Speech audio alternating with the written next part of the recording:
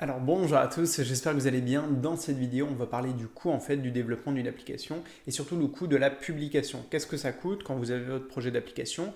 Qu'est-ce que ça va vous coûter en fait d'avoir l'application sur les stores?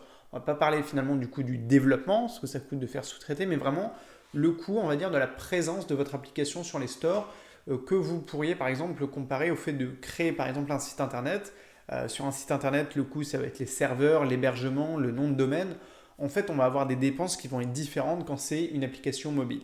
Alors rapidement, il y a en fait deux sources de coûts, les premières vraiment indispensables que tout le monde va être obligé de payer dans la publication d'une application. Il va y avoir en premier lieu, c'est les licences, en fait le prix des licences de développement.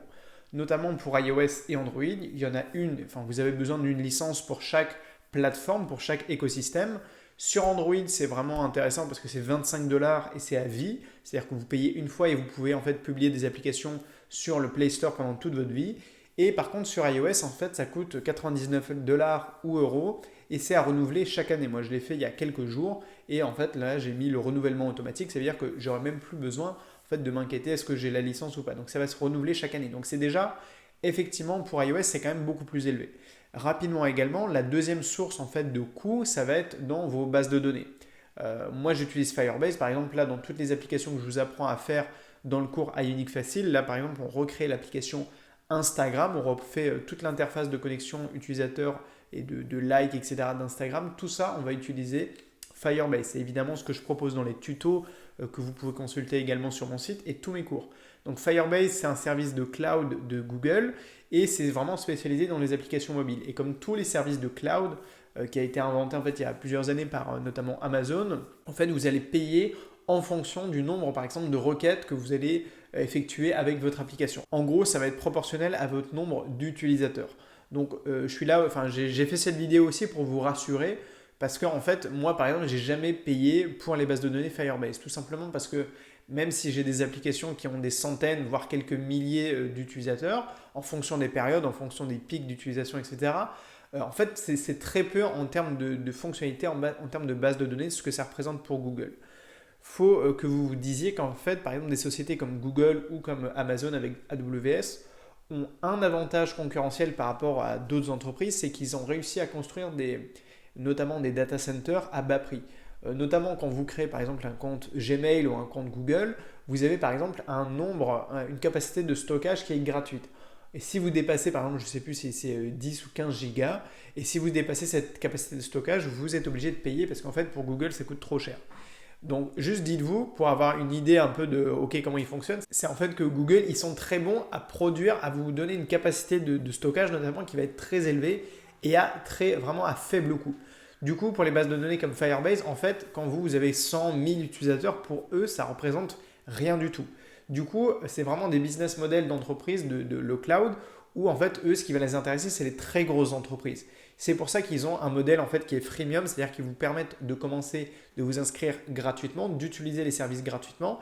Et en fait, vous ne payez que si vous avez vraiment beaucoup d'utilisateurs. Donc, eux, ce qui va les intéresser, c'est si vous créez par exemple une startup qui devient une grosse startup, typiquement Netflix qui est hébergé chez AWS, là forcément ils vont payer des coûts qui vont être beaucoup plus conséquents. Donc on va dire que le coût, effectivement ça représente un coût les bases de données, Firebase, le cloud en général, mais dans les faits quand c'est un projet que vous allez commencer, ça ne va rien vous coûter, ça va être gratuit. Vous n'avez même pas besoin d'associer votre carte bancaire, par exemple un compte bancaire, à votre compte Firebase. Donc ça, c'est un point quand même qui est très positif. Et donc, en fait, le coût principal d'une application, ça va être la licence de développeur Android et Apple. Donc encore une fois, celle Android, elle est à 25 dollars et celle d'iOS, celle d'Apple qui va vous permettre de publier sur tout l'environnement de développement et l'écosystème Apple, donc iOS, Apple TV, iMac, etc., enfin les Mac, ça va vous coûter 99 dollars. Alors autre chose à savoir, et ça représente on va dire un coût aussi, c'est que pour publier sur iOS, vous devez en fait absolument avoir un Mac ou en tout cas avoir les systèmes d'exploitation macOS installés sur un ordinateur. Notamment, vous avez besoin en fait surtout du logiciel Xcode. En fait, avec tous les frameworks aujourd'hui de développement qui existent, moi évidemment je vous apprends à développer avec Ionic, c'est un framework de développement qui est basé notamment sur Angular. Angular c'est un framework Google. En fait, on utilise les technologies web, mais à la fin, quand il s'agit d'exporter sur iOS, vous devez en fait passer par Xcode. Et Xcode, c'est le logiciel de développement d'Apple. Donc c'est vrai qu'en termes de coût, il y a aussi le fait de posséder un Mac. Après, pas d'inquiétude non plus, si par exemple vous avez une connaissance qui a un MacBook, qui a un ordinateur Apple, vous pouvez en fait développer de votre côté votre application et utiliser par exemple un ordinateur qui appartient peut-être à une autre personne, juste pour la partie publication, même si c'est évidemment pas l'idéal en termes de développement. Mais c'est vrai que ça peut représenter un investissement, sachant que les Macs, c'est des ordinateurs dont les prix d'entrée de gamme sont déjà assez élevés. Donc c'est vrai que ça peut représenter aussi un coût si aujourd'hui vous voulez publier une application.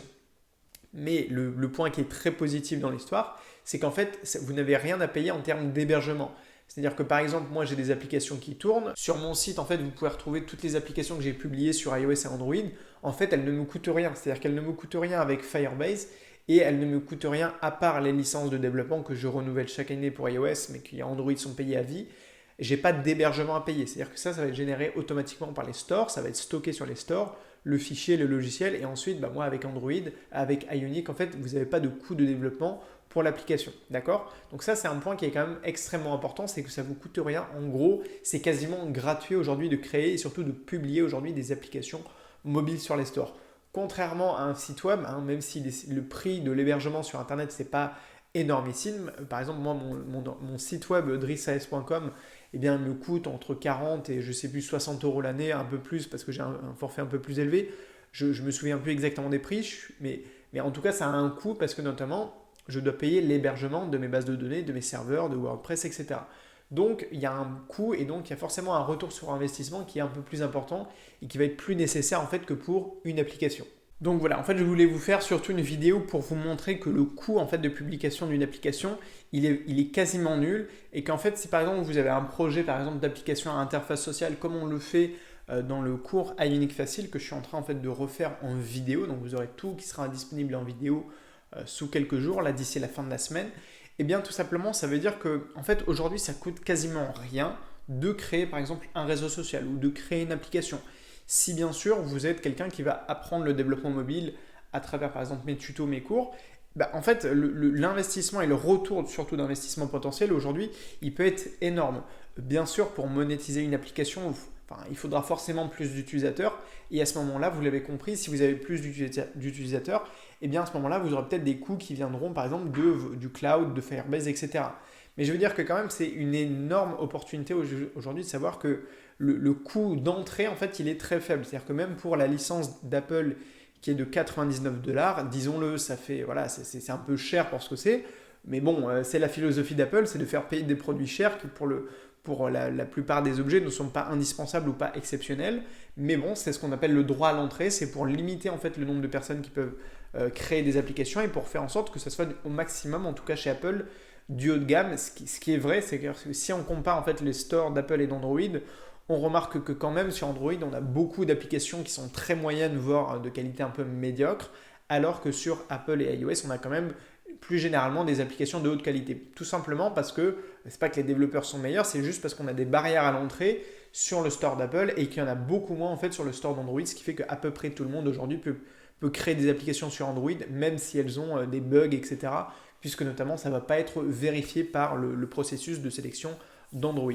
Voilà, donc j'espère que cette vidéo vous a plu, que ça vous aura montré une fois de plus que c'est quand même une opportunité, que c'est toujours de plus en plus accessible et que en tout cas moi de mon côté j'essaye de vous rendre ça vraiment facile et agréable. C'est pour ça que mon cours il s'appelle Ionic Facile. Là je suis en train de le tourner en vidéo donc ça me prend également un peu de temps. C'est pour ça qu'en ce moment je ne fais pas forcément beaucoup de vidéos YouTube. Je vais essayer de bien réussir à jongler avec les deux parce que ça me prend du temps à la fois de faire les vidéos YouTube, de faire les vidéos de formation, sachant que les vidéos de formation pour des applications comme ça, comme InstaLike, ça commence à durer 2 heures quasiment pour une application. Pourquoi? Parce qu'on recrée vraiment de A à Z l'application Instagram, ou en tout cas l'équivalent. C'est pour ça que je l'ai appelé InstaLike, notamment parce qu'on voit la fonctionnalité de like en fait sur un post avec une photo, une description, etc. Voilà, et également vous pouvez retrouver toutes les applications que j'ai développées, que des personnes ont développées également en autonomie avec Ionic, en suivant notamment mes tutos et mes cours. Voilà, donc j'espère que cette vidéo vous aura plu. Vous pouvez évidemment commencer le programme Ionic Starter. C'est pour débutants et là, on recrée l'application TikTok. Si vous voulez aller plus loin, vous pouvez suivre mon cours Ionic.js. Là, on crée 2 applications. On apprend à vraiment bien gérer les variables dans Ionic et dans Angular avec les variables JavaScript, les fonctions, etc. Et on crée 2 applications, une application de météo et une application de méditation. Donc déjà avec ça, si vous voulez devenir freelance, si vous voulez créer une première application pour votre business, pour votre entreprise, vous avez déjà de très bonnes bases. Et puis évidemment, actuellement, mon cours le plus avancé, c'est iUnique Facile, où là, c'est vraiment des applications à interface sociale. On est 100% connecté à Firebase, donc avec des bases de données. Donc ce sont vraiment à chaque fois des applications qui vont être 100% dynamiques. Et donc actuellement, là, comme je vous l'ai dit, je suis en train de travailler sur InstaLike, Instagram, l'équivalent, en tout cas la reproduction d'Instagram avec iUnique et Firebase. Et c'est vraiment le tronc commun de toute la formation et de tout le cours. Donc voilà, moi je vous dis à très vite sur la chaîne YouTube et sur le blog. Et surtout, n'oubliez pas de rêver très grand. Allez, salut!